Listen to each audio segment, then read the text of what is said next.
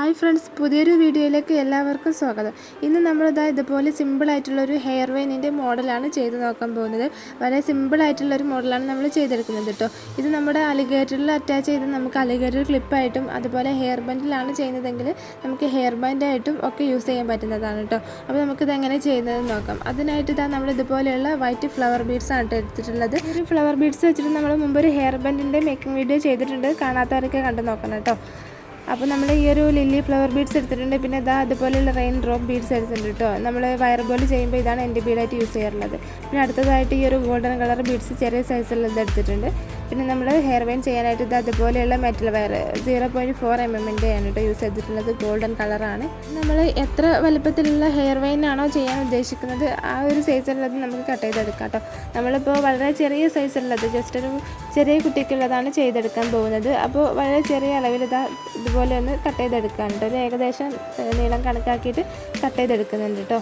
എന്നിട്ട് അതിനെ നമ്മൾ അതുപോലെ പകുതിയാക്കി മടക്കിയിട്ടുണ്ട്. അപ്പോൾ ഇതിൻ്റെ സെൻറ്റർ ഭാഗത്ത് ഈ ഒരു ഷേപ്പിൽ കിട്ടും. അതിനെ നമ്മൾ ഇതുപോലെ ഒന്ന് പിരിച്ചെടുത്തിട്ട് ഒന്ന് റൗണ്ട് ഷേപ്പിലാക്കി എടുക്കുകയാണ് കേട്ടോ. നമുക്ക് സ്ലൈഡൊക്കെ വെച്ചിട്ട് അറ്റാച്ച് ചെയ്യാൻ വേണ്ടിയിട്ടാണ് ഇതുപോലെ നമ്മൾ റൗണ്ടാക്കി എടുത്തിട്ടുള്ളത്.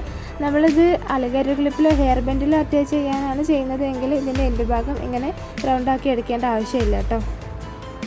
ഞാൻ അടുത്ത വീഡിയോയിൽ കാണിക്കാം നമ്മൾ ഹെയർ ബോയിൽ എങ്ങനെ അറ്റാച്ച് ചെയ്യുന്നതെന്നൊക്കെ ഇനിയുള്ളൊരു വീഡിയോയിൽ കാണിക്കാം കേട്ടോ.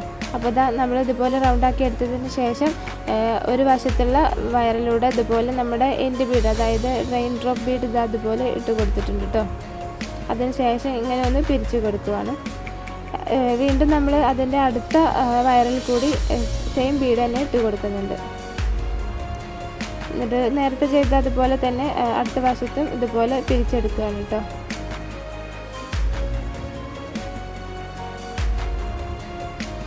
അപ്പോൾ നമുക്ക് ഈ ഒരു രീതിയിൽ കിട്ടിയിട്ടുണ്ട്. ഇനി നമുക്ക് അടുത്തതായിട്ട് ഈ ഒരു ഫ്ലവർ ബീഡാണ് കേട്ടോ ഇട്ട് കൊടുക്കുന്നത്. ഫ്ലവർ ബീഡ് നമ്മൾ ഈ ഒരു 2 വയറിൻ്റെയും ഉള്ളിൽ കൂടിയാണ് കോർത്തെടുക്കാൻ പോകുന്നത്. ഈ ഒരു രീതിയിലാണ് കേട്ടോ. അതിന് നമ്മൾ ഈ ഒരു വയറിൻ്റെ ഏറ്റവും അറ്റത്തേക്ക് ആക്കി കൊടുക്കുന്നുണ്ട്. ശേഷം നമ്മൾ ആ ചെറിയ സൈസിലുള്ള ഗോൾഡൻ ബീഡ് നമ്മൾ 2 വയറിൻ്റെ ഉള്ളിൽ കൂടി അതുപോലെ ഇട്ട് കൊടുക്കുന്നുണ്ട് കേട്ടോ.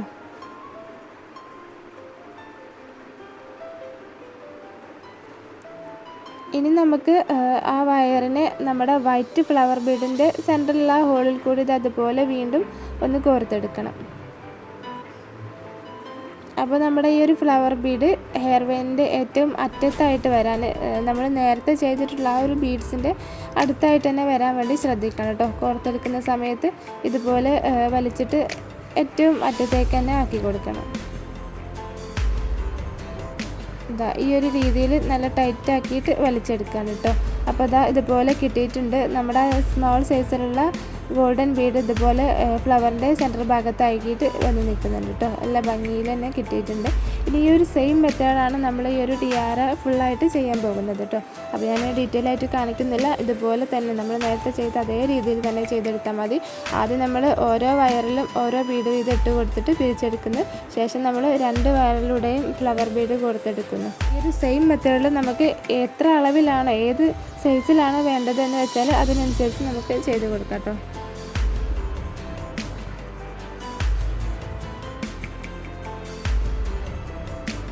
നമ്മൾ ഫ്ലവർ ബീഡ് കോർത്തെടുക്കുമ്പോൾ ശ്രദ്ധിക്കേണ്ട കാര്യം അത് നമ്മൾ ആദ്യം കോർത്തിട്ടുള്ള ആ ഒരു ബീഡ്സിൻ്റെ അടുത്ത് തന്നെ ആയിട്ട് വരാൻ വേണ്ടി ശ്രദ്ധിക്കുക. അപ്പോൾ അതിനനുസരിച്ച് നല്ല ടൈറ്റ് ആക്കിയിട്ട് വലിച്ചിട്ട് തന്നെ ചെയ്ത് കൊടുക്കാം കേട്ടോ. അപ്പോൾ ഈ രീതിയിൽ കിട്ടിയിട്ടുണ്ട്. ഇനി നമുക്ക് കുറച്ചുകൂടെ ചെയ്തെടുക്കാം.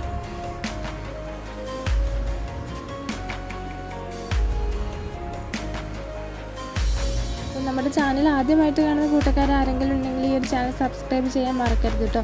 പിന്നെ വീഡിയോ ഇഷ്ടപ്പെട്ടാൽ ലൈക്ക് ചെയ്യാനും നിങ്ങളുടെ അഭിപ്രായങ്ങൾ കമൻറ്റ് ചെയ്യാനും മറക്കരുത്. എന്തെങ്കിലും ഡൗട്ട് ഉണ്ടെങ്കിൽ നിങ്ങൾക്ക് കമൻറ്റിൽ ചോദിക്കാവുന്നതാണ് കേട്ടോ. അപ്പോൾ നമുക്കിത് ഈ ഒരു രീതിയിൽ കിട്ടിയിട്ടുണ്ട് കേട്ടോ. ഇത്രയും അളവിലാണ് ഇപ്പോൾ നമ്മൾ ചെയ്തെടുക്കാൻ പോകുന്നത്. ഈ ഒരു സൈസിലുള്ളതാണ് ഇപ്പോൾ നമുക്ക് ആവശ്യമുള്ളത്. ഇനി നമുക്കിതാ ബാക്കി വരുന്ന വയറിൻ്റെ ഭാഗം ഇതുപോലെ ഒന്ന് പിരിച്ചെടുക്കാം കേട്ടോ.